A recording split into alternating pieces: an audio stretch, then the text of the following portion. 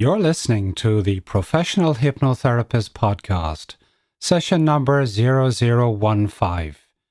Susan McElligott, on her new book, Mind Your Thoughts, They Could Be More Powerful Than You Think. This is a production of the European Association of Professional Hypnotherapists. That's EAPH.IE. Thank you for joining me today. I'm your host, Aidan Noon. Before we get started, have you ever asked yourself the following question? How long will you remain inside your problem? Is now not the right time for you to break free from that problem and live your life your way? So just imagine, what's the story you want to be telling yourself in 2 or 3 years' time, having done this now? Because in today's podcast, we hear about stories and the importance of your story. And having made that change, how is life different then? What if I asked you a question which, by the very nature of the question, the presuppositions within the question, caused you to go deep inside yourself and break apart that stuck present reality? And as you realize now, you have freed yourself by tapping into that creative, emotional, intelligent part, stepping into your own excellence and authority. Would that be of any use to you? All of our EAPH hypnotherapists are standing by waiting to hear from you. They are professional, ethical hypnotherapists with many, many years' experience. Why not contact EAPH.IE right now and find solutions for you that help you to move forward in your life? And now over to our guest, Susan McElligott. Susan McElligott, welcome to the Professional Hypnotherapist Podcast. Thank you, Aidan. It's a pleasure to be here. Now, Susan, you're in practice there as a hypnotherapist, psychotherapist in Cork City. And how long have you been in practice? Well, Aidan, I've been here for the last 21 years now in private practice in Carrigaline, County Cork. Mm-hmm. Okay. Now, what is it, Susan, about you? Why are you so passionate about what you do? Well, I've always been interested in the power of the mind, and ever since the 1980s, when I did a course in Silva mind control, I was absolutely fascinated with what our minds can achieve.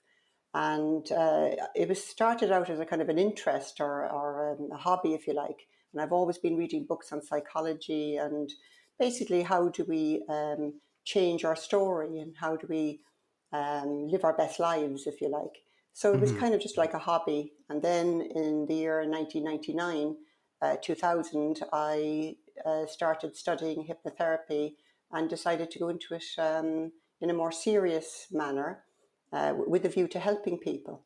So it started out there and started off with a basic course in hypnotherapy, and I have not stopped learning. I've been the perpetual student, Aidan, for the last 20 odd years, and I continue to learn. Mm-hmm. Now, you mentioned there a moment ago about you're changing your story. What specifically do you mean when you say that? Well, changing my story, because I suppose from as long as I can remember, I've always struggled, in particular with learning at school, and I always thought there was something wrong with me. I was always struggling to understand or to, especially mathematics.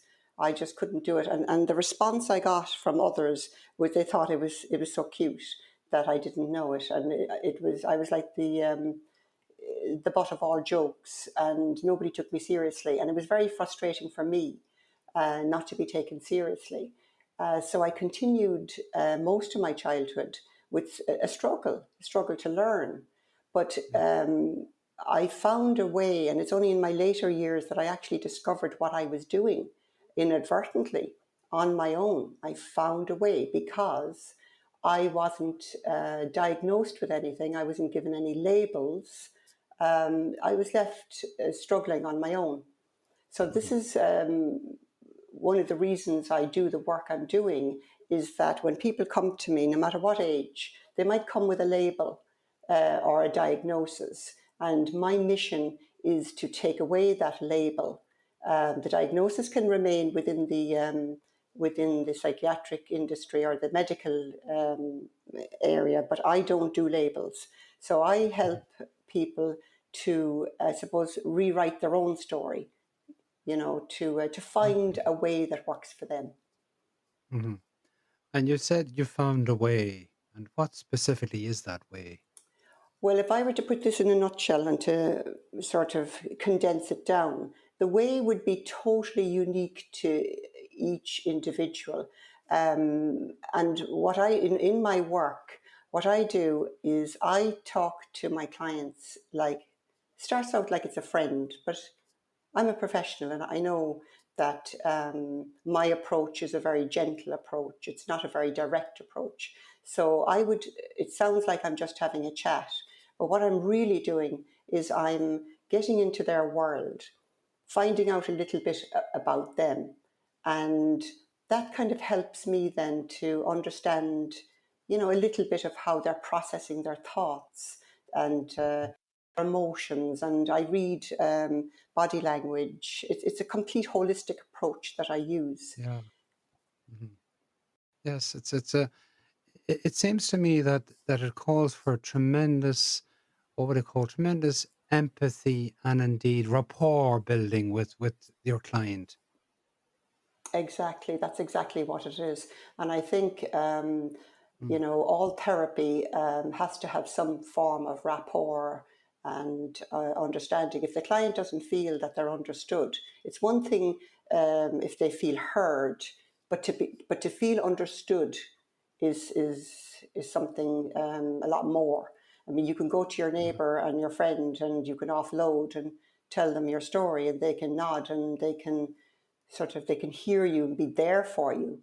But as a professional, you need to have those tools, those skills. Mm. And you yourself, Susan, as you mentioned, you've come through this, you've gone through this, and you've come out the other side.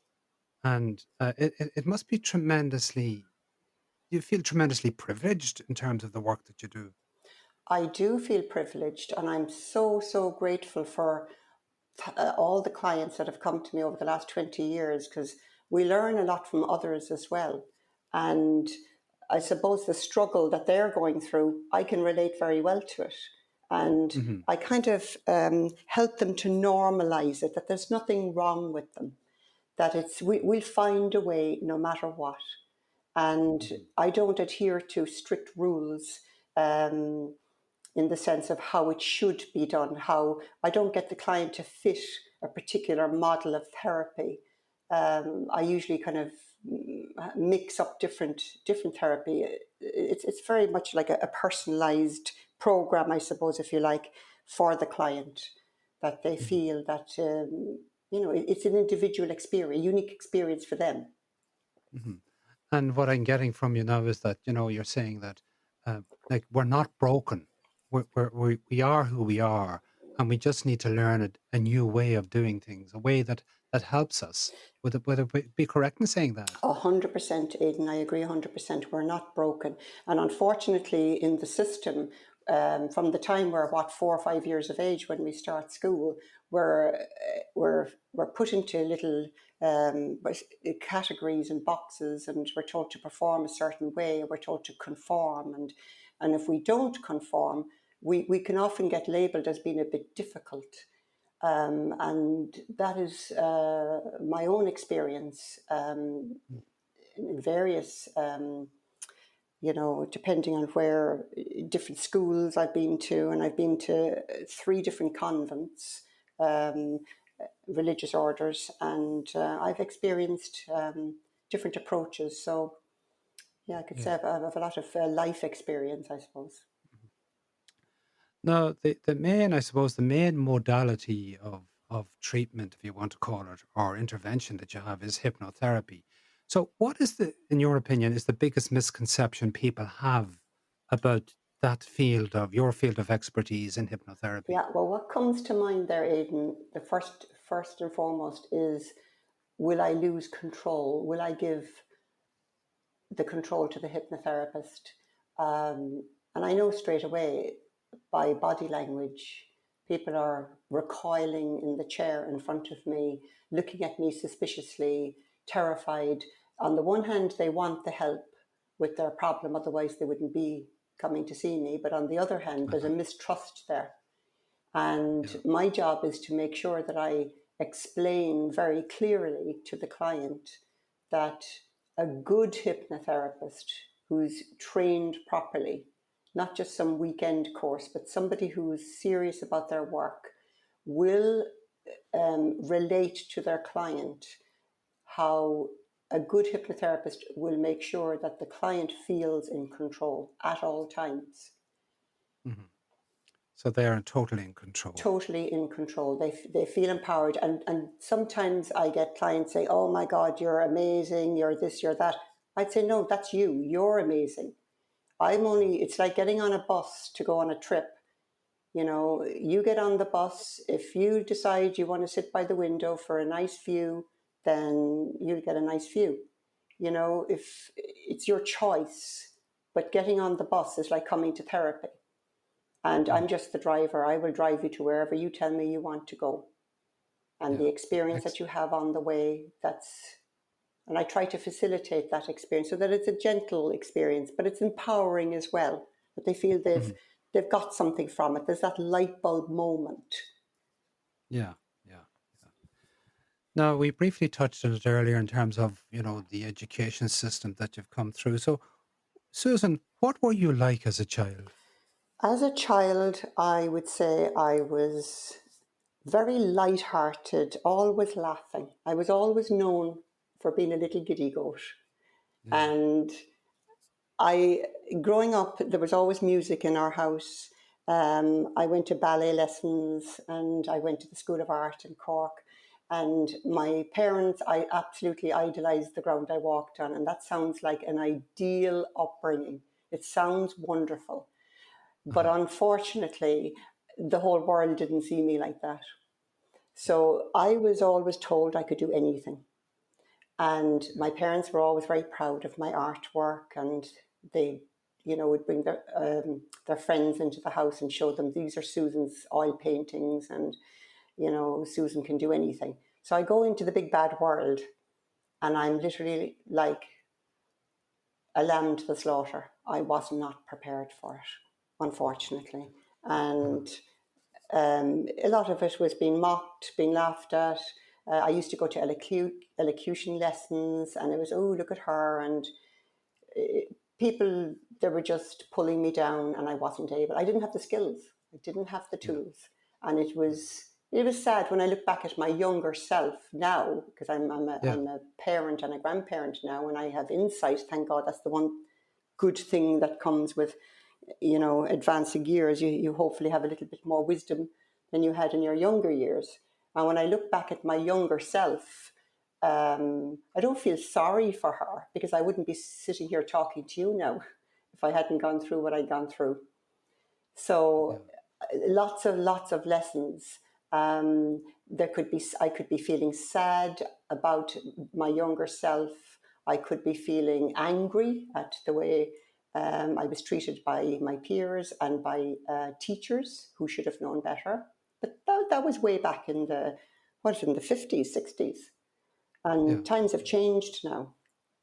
But Yeah. at that time, there was nothing, there was no skills of how to manage your emotions, So I kind Yeah. of, it was like, I suppose, a ship with no sail. I was just Yeah. drifting out to sea. Uh-huh. And now, the person you are today, Susan, if there was any piece of advice that you could give to the younger you, what advice would that be? To the younger me, advice, I suppose, go with the flow. Whatever is meant to be is meant to be, because I do a lot of spiritual work as well. I'm very passionate about introducing spirituality into my work.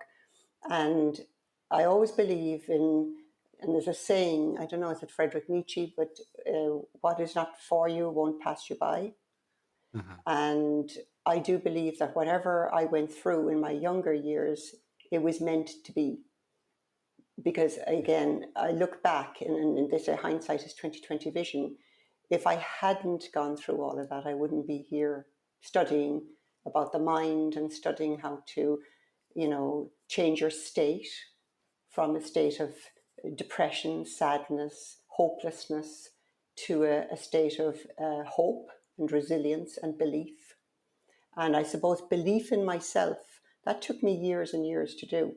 So I'm Mm-hmm. hoping that when I'm working with clients that I can kind of fast track them, not undermining this now or oversimplifying the process, but kind of helping them, giving them the skills and tools that I didn't have. Because it's Yeah. taken me years to get these skills, and I traveled around the world doing lots and lots of workshops and trainings because I was very passionate about not only helping myself, because it was a personal journey as well, but to help others, to share my experiences and my tools with others. Mhm. So, Susan, it seems to me that there's an enormous hunger within you because you obviously knew and know deeply that there is something better, that there is a way forward. Would I be correct in saying that? Yes, now in my particular circumstances, what was very interesting, what I discovered later on in life, I was struggling in the abyss with all this negativity, and there was jealousy, there was anger, there was all sorts of emotions that I was grappling with. Not me personally now, but others even towards me, and I had to deal with all of this. But what I found was that when I reverted back, and they say there's no place like home. Home is where the heart is. When I reverted back to my foundations, now, not everyone can say this, but my foundations were good initially. I had the belief from my parents that I could do anything and I was a good person, and I was. I never got into trouble or anything. I was a good Mhm. student, got my head down, did what I was told. And I reverted back to that and I appreciated it and I used gratitude as my strength. Gratitude was my strength. So and I say to my clients, if they don't have that foundation, then they can find it within themselves. So they may have a parent that maybe didn't understand them when they were growing up. And I would say, I would do one of my techniques maybe would be the adult parent child from Eric Byrne, transaction analysis. Mhm. It's one of the Mhm. tools I use a lot. So I get them to connect to their inner parent or their inner child. So, that's the beauty about using hypnotherapy combined with psychotherapy. Yeah. Yeah. So they're doing this under So, hypnosis. uh-huh. So it's very much an eclectic Uh, intervention you have with your clients. Definitely, definitely. Yeah. And whatever works, there's no one size fits all with any, Uh-huh. any person. We're all so Yeah. unique. Yeah. And the importance, Susan, of our thoughts. What's the significance of our thinking and our thoughts, in your opinion? Well, thoughts, they say thoughts are things, and we can change our thoughts once we recognize that we can do it. A lot of people have thoughts going around in their head, and it's like a tsunami. It's like it's like standing in the middle of the eye of a storm and thinking, I can't get out of this. But when I help my clients to understand that thoughts are just thoughts, and you can just become an observer of your thoughts, stand back and look at your thoughts, let them pass by. Now I know, again, Aidan, that sounds very simple, sounds simple, but there's Mm. more to it than that. I do this with using hypnosis to maybe be the watchman at the gate of their thoughts and stand and just observe them and watch them. A little form of meditation as well. Uh, And there's different names. Some people would say, "Oh, that's just meditation," but it's more. Um, Hypnosis is just a way of creating that altered state of awareness, bypassing that critical part of our mind, so that we can relax and allow our subconscious mind, our emotional feeling mind, to come to the fore. mhm, And so, yes, when you talk about the thoughts, it's about looking at them. And again, there's another process of evaluating the thoughts. So it's a little bit of CBT, cognitive behavioral therapy, there coming in. So, are using a scale to measure, or another technique is that thought true? How do you know it's true? Yeah. What would your life be like if it was? So we're using NLP, neuro linguistic Mm. programming, as well. So it's like a big giant toolbox, Aidan. Yeah. And we probably have, Susan, in our brain, our mind is probably the most powerful computer, that was ever about, or ever created, if you want to call it that. But yet, we weren't born with any manual on how to run it. That's true. That's true. But what's great about this, Aidan, is that, do you know, do you ever have buy an item that it comes with a manual, but then there's another item you buy and you don't need any manual. Mm. You get an automatic download. Well, it's Yeah. like when you said there about we don't get a manual. Where am I now? Where am I going now with this one, Aidan? What was that Yeah. you said? But we were born with this powerful computer, Oh, this yes, brain. this is where I was going. Sorry, no, Yeah. about that. Yeah. I'm thinking of Google. So if you, and I often Yeah. say this to clients, I'd say, whatever you do, do not think of a pink elephant, do not Yeah. banana. And the straight, I could see the smile on their face. So I said, tell me how long that Uh-huh. took for you to imagine that. And they'd say, an absolute instant, a second. And I'd often say to them, well, that is faster than Google. If you sit at your computer and you have to type in a word and you wait for Google to come up with the answer, it's more than a second. Yeah. So, and then you might not be what comes up. So, or what you want. But our brains, people don't realize this. Our brains are super, super, super powerful. We just need to know how to harness that power. We need to know, Uh, and in the work that we do, me in particular, I like to teach people. I like to have a bit of fun as well with it. I like to do little experiments for the client to see how fast their brains can work. mhm, mhm. Absolutely. And I was going to ask you a question there, and my mind has gone blank. That's okay. Um, what, since you are doing all this, intervention and work with your clients, who do you go to, Susan, when you need someone to talk to, if I may Well, ask that? yes, I have my supervisor this is my clinical supervisor that I Uh-huh. use because as I say, I've been working for over 20 years now. And I do get what's called as a counter transference. Now, I understand that a counter transference is where the client might trigger me Yeah. or trigger something in me. And when I get an emotional reaction to it, then that indicates to me that I need to look further into this and maybe Mm. go to my supervisor and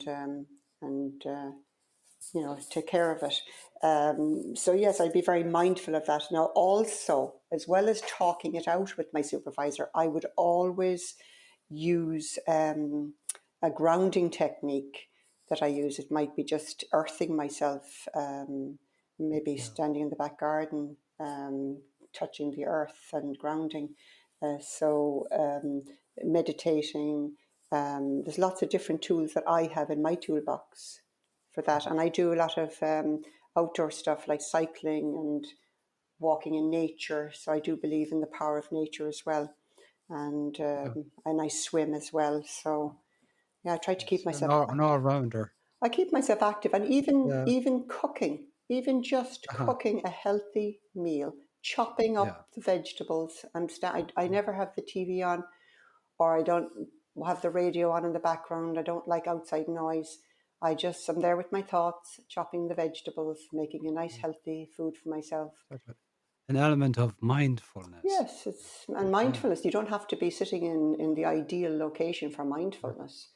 Even Yeah. doing the ironing is a form of mindfulness. Uh-huh. Indeed. But Indeed. it's to make it easy for people that it's doable. Yeah. And you, this whole know what we're talking about now, it raises the whole point of, you know, having proper, healthy mental health, if you want to call it that.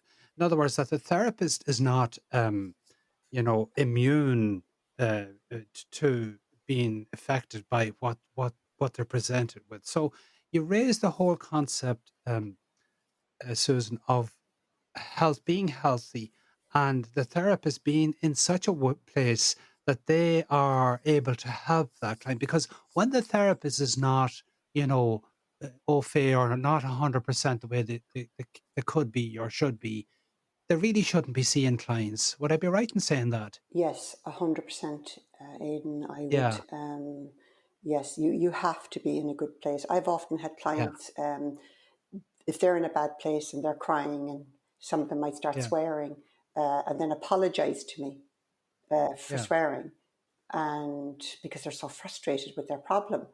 And then I often say, don't apologize to me, because if I get offended, then I need therapy. And it yeah. usually makes them laugh, Uh-huh. and it breaks that kind of feeling of shame or guilt on the Yeah, part of the client yeah, when they get yeah, embarrassed about yeah, being themselves, I suppose, yeah. having a rant or having a offloading or shouting, or, and that's okay. Mm. I'm fine Yeah, with all of that, and I will hold the space for them. And I often say that to clients: if I don't go for my swim, sometimes I do it in between clients if I have time. I go for a swim, put my head under the water, I meditate in the pool, and I'm ready then, and I'm gearing myself up for the next client, so that there's a clear space. And and I often do the rituals, like I might change my clothes, change a jacket, change my yeah, color, the color of what I'm wearing. yeah, And I tune in sometimes to the client. If I'm working with children in particular, I often wear bright colors yeah. depending on who's in front of me. So it's very much intuitive approach that I use with my client. Yeah, and all about communicating in the same sense, without non-verbal communication as well. Yes, the You know. nonverbal is so important. And I often say to clients, it's body language is 55%. So it's as soon as I open the door to my client, I can tell. And we judge people in the first couple of seconds when Yes. we meet somebody. And I can Yeah. tell, and I usually have a smile, I wear a smile. And the smile is always, it costs nothing. And I always have something nice to say, or just to make them feel at ease, and offer them a glass of water if they'd like even a drink.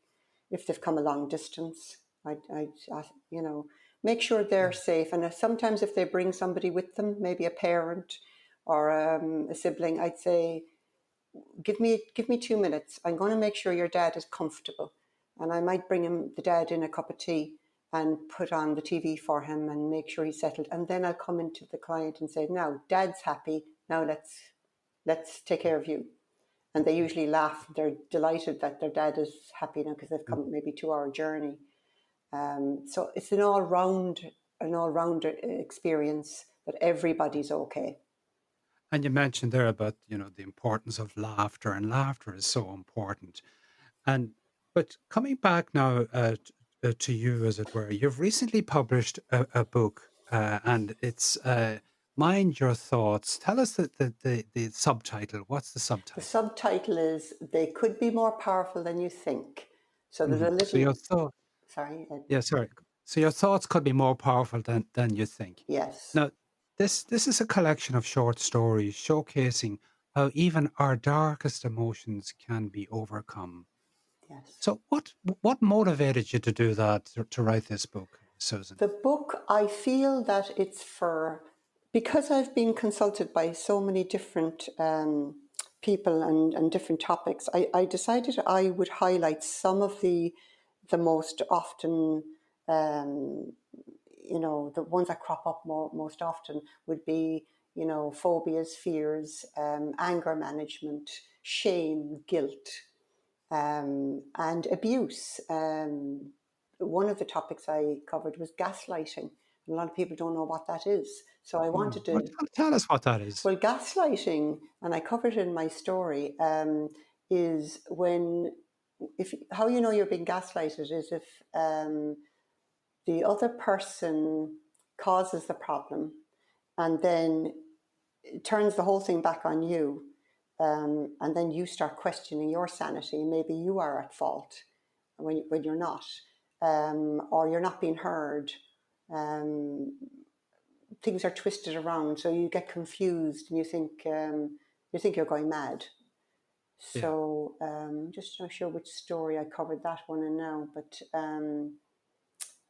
yeah, but you mentioned there in your book about the universal law of physics. where focus goes, energy flows, That's and right. that's an important thing. So the book is composed of, and correct me now if I'm wrong, Hmm. of a number of stories, and we briefly mentioned earlier on about changing your story and the Yes. power of story, Hmm. and so maybe touch on a number of the stories that you have in your I book. will. So first of all, I dedicated the book to my mother because I believe that a lot of my traits, I suppose, my positive traits, I got from her. And she was always very light-hearted, and she was always telling me stories. And I used to love sitting there listening to the stories about her mother and her mother's siblings and all the funny things that happened. And I was always fascinated. But she was highly entertaining, and she loved the arts and music. So I found myself in a role of end of life caregiving with my mother and all of my siblings. We got together and we kept her at home right to the end. So she had dementia. So it was years of my life that I dedicated to her. So I made some sacrifices with my own children and grandchildren to give that time to my mother in her final years. But I made the best of it. And it was a challenging experience for me personally, but it was also very rewarding, something I will never regret. It was very enriching to me, not just personally, but also as a therapist working with clients who are bereaved and who have lost loved ones. I would be there. So I went on and I did my master's in counselling and psychotherapy, and I specialise in existential psychotherapy, which is all about when you feel that your whole world is falling apart and you feel that there's no hope and life is meaningless and you're in despair. So that's Mm. what I wanted to do. So did some voluntary work at Marymount Hospice here in Cork, and I volunteered in the art centre for the dying, and I helped out with the art classes and I made it fun. So that was a very nice experience. And then they put me on the helpline for the bereaved as a Yeah. psychotherapist to support people going through this. So all of this helped me to, as I say, I did my thesis on the lived experience of the caregiver in end of life care. I wanted to study what makes somebody a caregiver when they're Mm. helping somebody who's in their final stages of life. And what So did you discover, Susan? I found out there was a common theme. Mm. A lot of the caregivers, most of them, focused on the patient. And my study was on the caregiver, not the patient. Obviously, not the patient. My study was on the caregiver and how they minded themselves and what the experience meant for them looking after somebody in end of life care. So it was so interesting, and there were these a lot of the people I interviewed were doing it for many years, and they were scratching their head at the end of my interview, and they said, I said, this is about you. And they said, well, no, it's not about me. It's not about me. It's about the patient. I said, well, no, my study is about you. And they said, oh gosh, you've got given me something to think about now. And this is what you were talking to me about earlier, Aidan, was Yeah. supervision.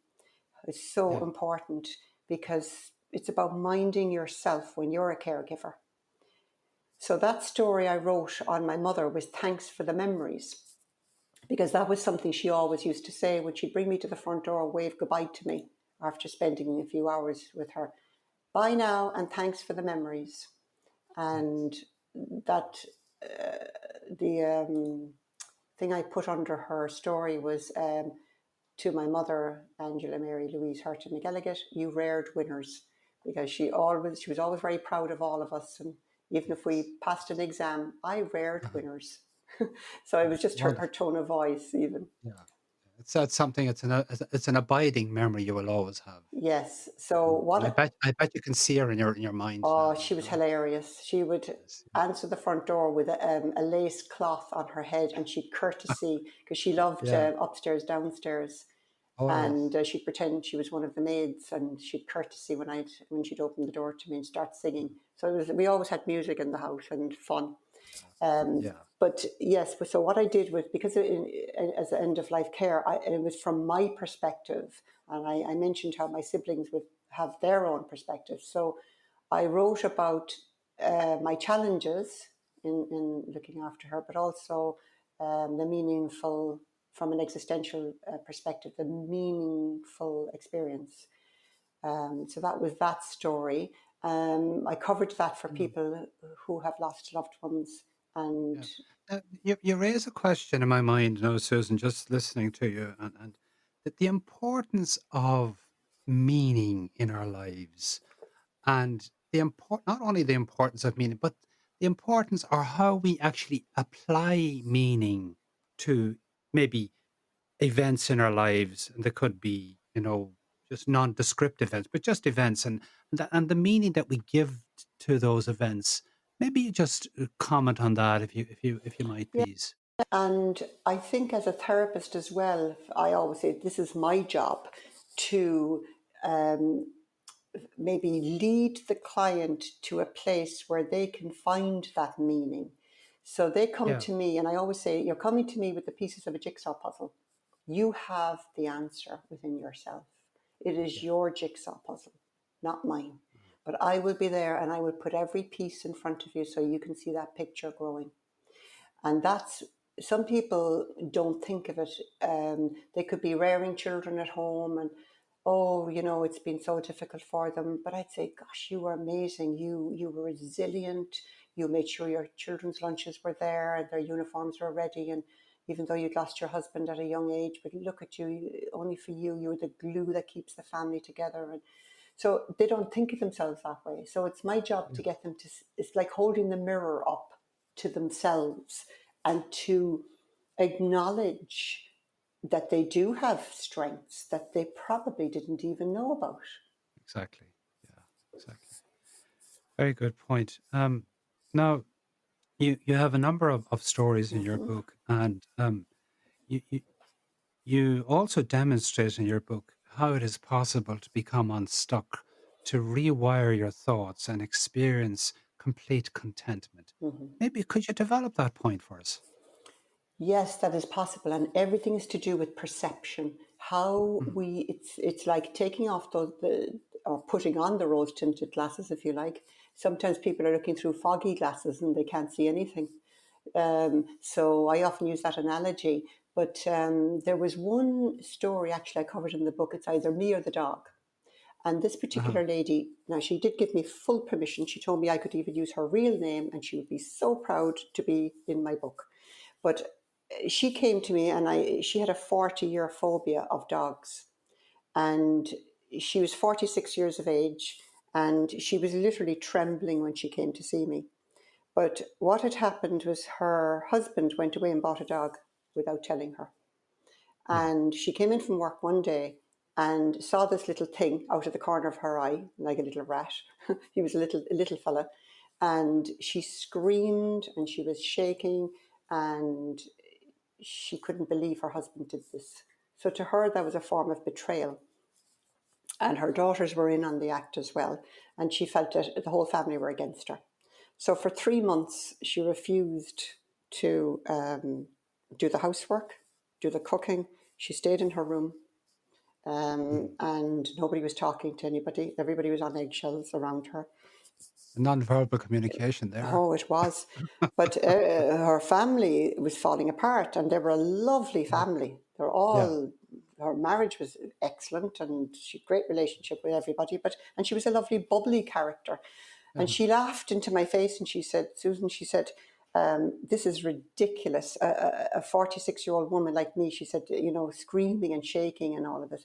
So anyway, I, um, I don't. We're not allowed to say the word cure, but she used that word to me. You cured me in one session. And that was a 40-year phobia. And what happened is, how I did this was, under hypnosis, I went right back. I regressed her back to age 6. She said she was attacked by a dog when she was 6, coming home from brownies, brownies, Mm. don't you? Yeah. Yeah, Yeah. she came home from brownies with her friend one day, and this Labrador dog, minding his own business, basking in the sun, and she got it into her head, this dog is going to attack me.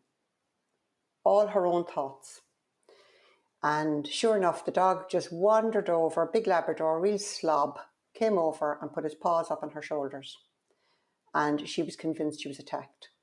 But under hypnosis, I got down to the how do you say, the minute details of that incident. And what was very interesting here, Aidan, was that when we broke it down, the dog had merely put his paws on her shoulder and pulled the Mm. bobble off her hat. That's all. Pulled her Mm. hat off her head. Yeah. Nothing else. The friend shooed him away. But here's the crux of the whole thing. She expected her parents to comfort her when she got home in front of her friend who'd saved her. But instead, her dad, in his innocence, and his intention was good, and she had a good relationship with her dad, but he turned around, he said, "Go away, you big idiot." Sure, he wouldn't touch you in a typical Cork accent. Yes. Yes.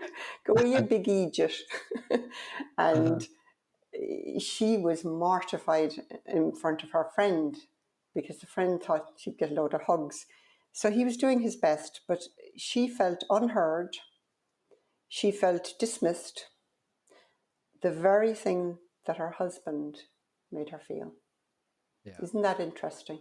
Interesting. So that, And it raises the whole point of that, the importance of being listened to, yes, being truly listened to in terms of what are we actually saying? What are we trying to communicate? And oftentimes, without going off on a tangent, language and oftentimes is insufficient in order to fully communicate, yes, what it is deep down that we want to say, or express. yes, But you mentioned one point that comes out of your book is that there's a message of hope and resilience. yes, hope and resilience. Now, so hope and resilience, and this is covered in a lot of other stories as well. Um, the reason I told the stories is because it's relatable. A lot of people will find it relatable to their own situation, maybe. And I wanted to tell it, in a storytelling format to make it such that people can say, "Oh, well, if this happened to this person, well, maybe there's a possibility that I could start thinking differently about this." Now, going back to that story there, I mentioned earlier, it's either me or the dog. How I helped that lady was under hypnosis. I did a thing, and we learned it ourselves, Aidan. It's called the dissociation and association. So Yes. I got her to dissociate from the dog that she was terrified of, and I got her to, now this is interesting, I got her to switch places with the dog, and I got her to associate into the dog's energy, and I got her to pretend Uh-huh. she was the dog. Yeah. And then she was laughing so hard because I sounded like a ventriloquist now, but I put on a squeaky voice and I pretended I Yes. was the dog's voice. Yeah. So Yeah. with using my tonality, because tonality is 38%, and I was Uh-huh. using that modality of voice tone to shock her, I suppose, out of her phobia. And she was laughing so hard, I cranked it up then, and I got even more ridiculous. Yeah. And talking that from the dog's perspective, you brought me into this home, and all I know you're doing is screaming at me, and I'm only such a little thing, and I don't cause much trouble, and I don't need much maintenance. And she was laughing so hard. Now this is what broke the circuit in her brain of that association of fear to Yeah. the dog. So these again are tools and techniques. Now, going back to resilience again, it's a word, but it's also a very powerful sort of trait to have or to develop. I think you have to develop it. Now, I know life experience can cause you to develop resilience, but that could take years and years. Hmm. So through my work, I, again, as I said earlier, would highlight the strengths. If it's a woman making lunches for her children, I would Yeah. say, look what you're doing. Look at the support. And it's getting people to see that they have something of value. Yeah. Yeah. That's really important, I think. Yeah, absolutely. Yeah. Yeah. Mm. Now, are there any other stories there that you'd like to share with Yes, us that are in your book? I have. That are in your book? Yes, I'm looking at it right here. I'm just thinking now. There was Uh-huh. one, I call it Bonjour Karma, and it was about my French teacher. Uh-huh. And she bullied me in school. I was only doing my leaving cert, 17, and I went to Spain as an au pair for 4 months, and I came back fluent in Spanish. And I was always her favourite pupil. I was good at languages. And she always referred to me for the French pronunciation to show the class how it's said. But when she asked me this time, after coming back from Spain, to say something in French, I said it with a Spanish accent, and she was not impressed with me at all. So I was her Yeah. worst. Oh, I was her biggest disappointment. So she had it in for me after that. And she bullied me. So I wrote Mhm. about it anyway, the incident. But the main purpose of writing that story was to show, and I call it Bonjour Karma, because it was a karmic experience for her. Uh-huh. Me too, I think. But I met her 40 years later out in Lanzarote. She didn't know who I was. But Oh. when I was 17, she said, she asked me a question and then she said, "Oh, you were always a difficult pupil anyway." She said that in front of the whole class, and I was so studious, as I was always wanted to be the good girl. And for Uh-huh. her, I never forgot that sentence at 17 years of age. But as I Yes. say, 40 years later, and I saw her, and she, cutting a long story short, without giving away too much of the story, we ended up having after dinner drinks with her. Um, and she had a very difficult granddaughter. And she wanted to know, because my husband told her what I did for a living, would you Uh-huh. help my granddaughter? She's 17 and my daughter's heart is broken from her. She's a very difficult 17-year-old. Could you Yeah. help her? She still didn't know who I was. And I helped her granddaughter. Yeah. And to this day, she doesn't know that it was me. That It's amazing how the tables turn, isn't it? Yeah. You know? So at the end of it Amazing. was a forgiveness, and Yeah. I spoke about the lessons. Um, you don't need to be in a classroom to learn any lessons. That life will teach you so many lessons. Uh-huh. Uh-huh. And Absolutely. yeah, I learned lessons there, and it wasn't French lessons, but it was a lesson of forgiveness because I had moved on, and then I had Yeah. helped her granddaughter, which is Okay. Excellent. interesting. I have other stories. There's one, Yeah. trichotillomania, which is pulling your hair out. Yeah. Tell us And about that. yeah, Yeah. that one was a student, lovely, lovely girl. Mum brought her to me and she had some bald patches on her head and she had taken her to a wig clinic to get her fitted with a wig because she was embarrassed with her bald patches. But the Hmm. girl was lovely, softly spoken. Mum was the same. And she wasn't telling me anything. She was asking Mum to speak on her behalf. And what was interesting, I think it was the second session when they brought her little brother with her. He was about 7. And I sent the brother into the waiting room and put on the TV for him. And lovely kid. Mm-hmm.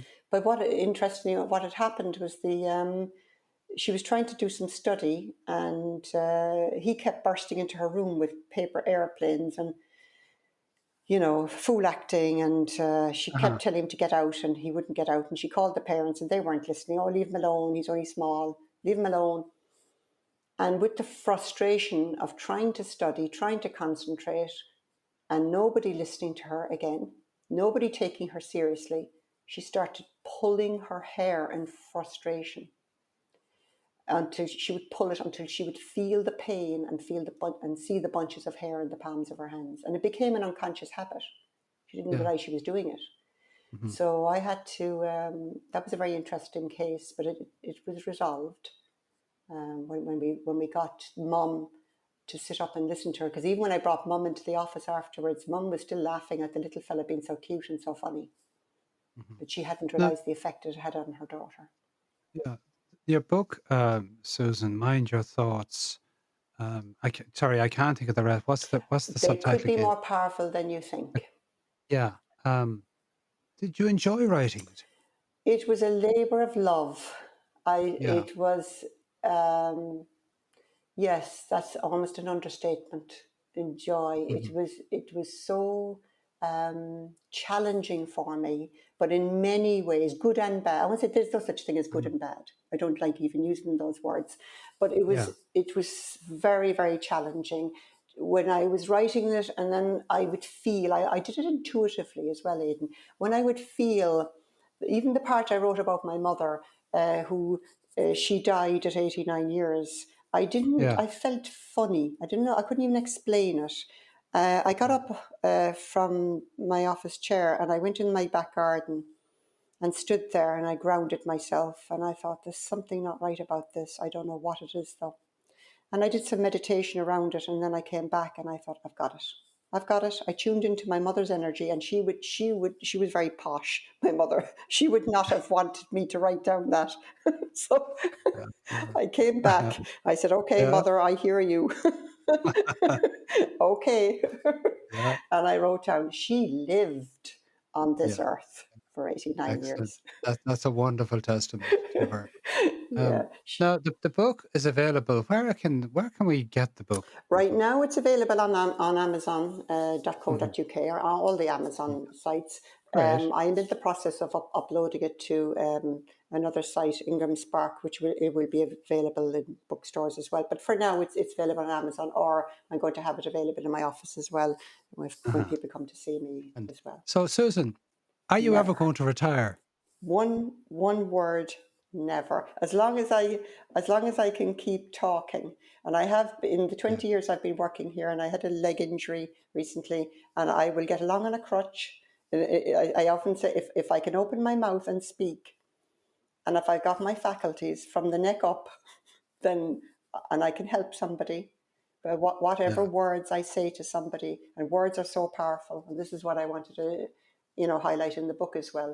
Mind your thoughts. Yeah.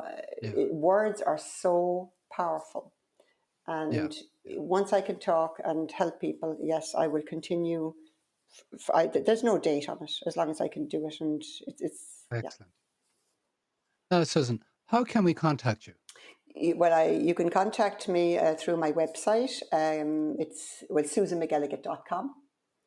Yeah. I'm based in Carrigaline, so my website is also carrigalinehypnotherapy.com. And I also have a Vidi therapy, VIDI therapy, and Uh-huh. it's on Instagram. So anybody that wants to do a virtual consultation through Zoom or even over the telephone, if you're coming from long distance, I can facilitate that as well.